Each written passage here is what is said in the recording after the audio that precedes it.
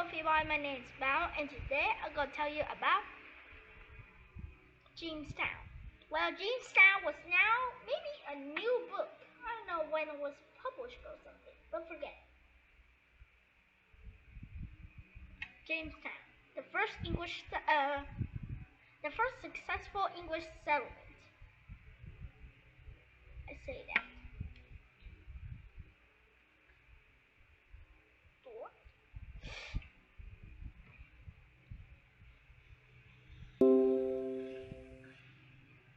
The first colonists.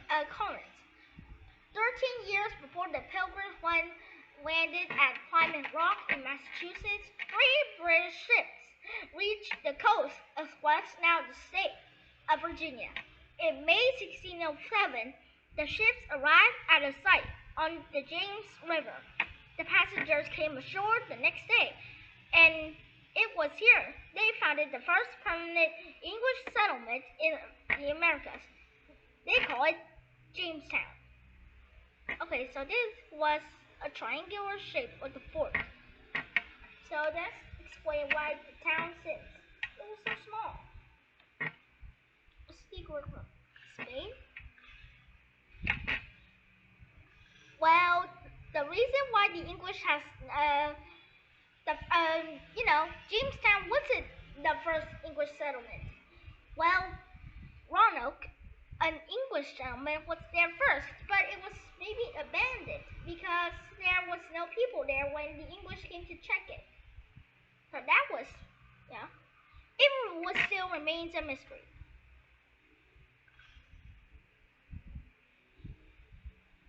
So Spain always not the best for England.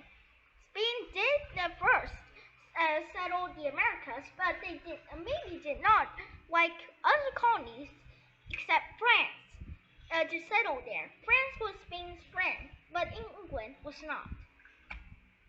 So this is why I explained so crappy. Here, it was maybe built on the Potomac River between Virginia and Maryland and Delaware. The settlement was named for King James I of England. In 1606, the king granted a charter to Virginia Company of London to explore, conquer, and colonize anywhere from modern-day New York State to Northern California. The company's investors hoped to find gold and silver in North America.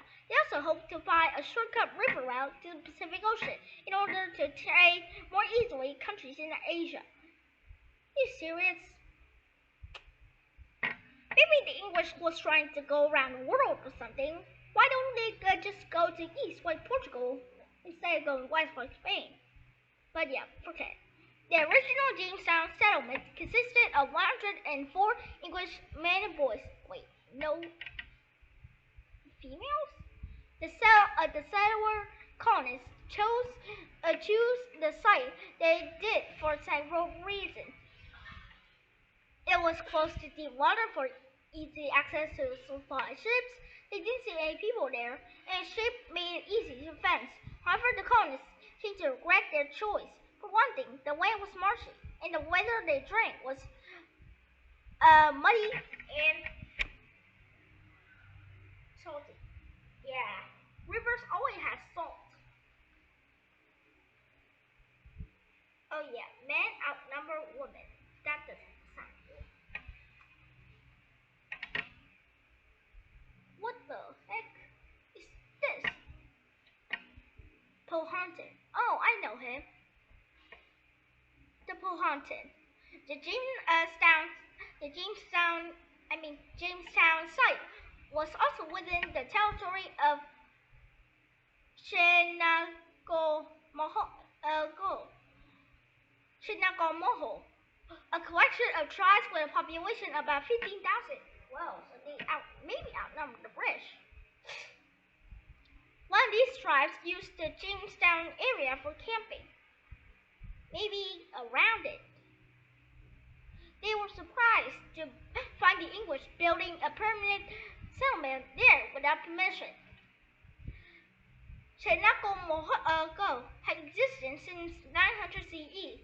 Its tribes had lived in low-lying coastal regions of modern-day Virginia for even longer. They lived in riverside towns where they built homes called yahagis, carved canals from local trees, and used tools built from stone and bone. The men hunted and fished, and the women farmed. Well, except for the English, they always needed to take more stuff and build more sail. And yeah, they have better weapons than me. Who knows, the natives are interested in guns than using spears and bows or stuff. This is like they're in a prehistoric era. By contrast, these first settler colonizers had little practical experience with farming, food storage, and organized labor. Most of the adult men were business leaders, not workers. Their London investors hoped they would find gold, as the Spaniards had in South America. Many colonists spent days searching for gold in vain, and little time for farming. Yeah, they were too greedy. So that's not good. You need to focus on the important stuff except the gold, right? Yeah, right. You need food and water like money. By June 15, the fort was complete, but unskilled group of colonists were neither collecting or storing enough food. What's more, when the English arrived, the area was in the second year of drought. That means that would last until 1612. This meant less food was available when a group of strangers showed up, just when they needed land to provide more.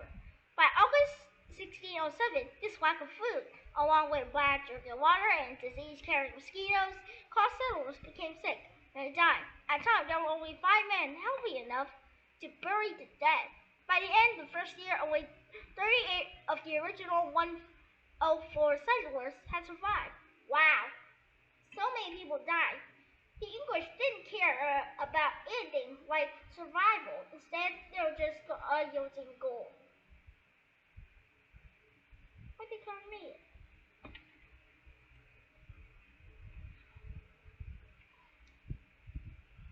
Oh yeah, right.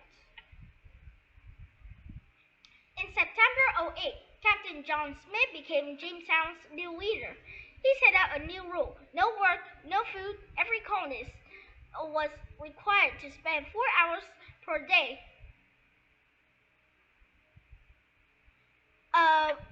farming. Smith was able to form a relationship with a powerful leader, Powhatan, known to the settler colonists as Chief Powhatan. Powhatan attempted to build Smith and Jamestown into Sakamoto. Yeah. And for a short time, there was peace. At first, the native people were glad to trade. The Powhatan offered food in exchange for the settlers' metal tools and other goods made of copper. Chief Powhatan also offered the English an area with better access to game and seafood. Indeed, if not for the help of the Powhatan in the early years, the settlement would mostly like to fail completely. Yeah, right. The natives were pro at farming. They're great at farming, I say. Oh yeah, these are the Powhatan tools for the 1600s. Wait, this rattler boy, I think I've heard before. Wow, yeah, he was there. Dark days.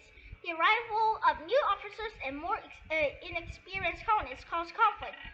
However, the English continued to expand their reach beyond the lands and have been designated to them by Chief Powhatan and established new settlements up to the James River. By 1609, the settlers had earned a bad reputation among many of the tribes.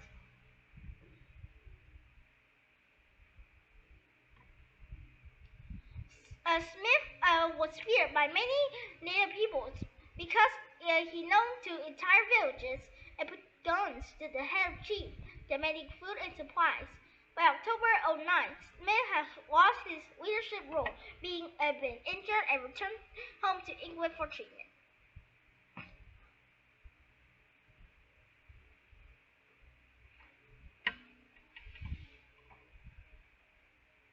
After Smith